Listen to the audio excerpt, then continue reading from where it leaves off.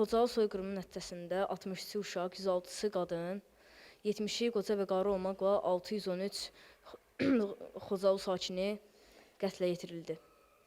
Və orada 8 ailə tamamilə məhv edildi.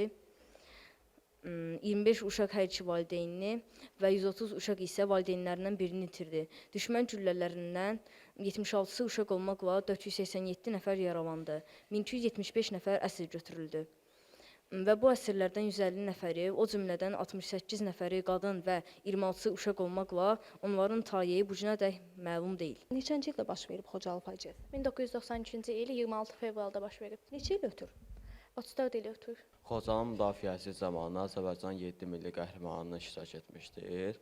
Bunlardan Şöhrət Həsənov şəhid olmuşdur və Azərbaycan dövləti onun igidliyinə görə, ona igidliyə görə medal ilə tərtib etmişdir. Bundan sonra Azərbaycanın milli qəhrəmanı Allahverdi Bağırov, erməni polkovniki Vitalı Balasanyan vasitəsilə 3 gün ərzində 1003 Xocalı əsrini ermənilərin əlindən xilas etmişdir. Xocalı faciəsini dünyaya tanıdan, çəkib göstərən kim olub? Xocalı faciəsini dünyaya tanıdan Azərbaycanın milli qəhrəmanı Çingiz Mustafayevdir. Nuray, Xocalı faciəsini tanıyan ölkələrdən hansını adalaya bilərsən?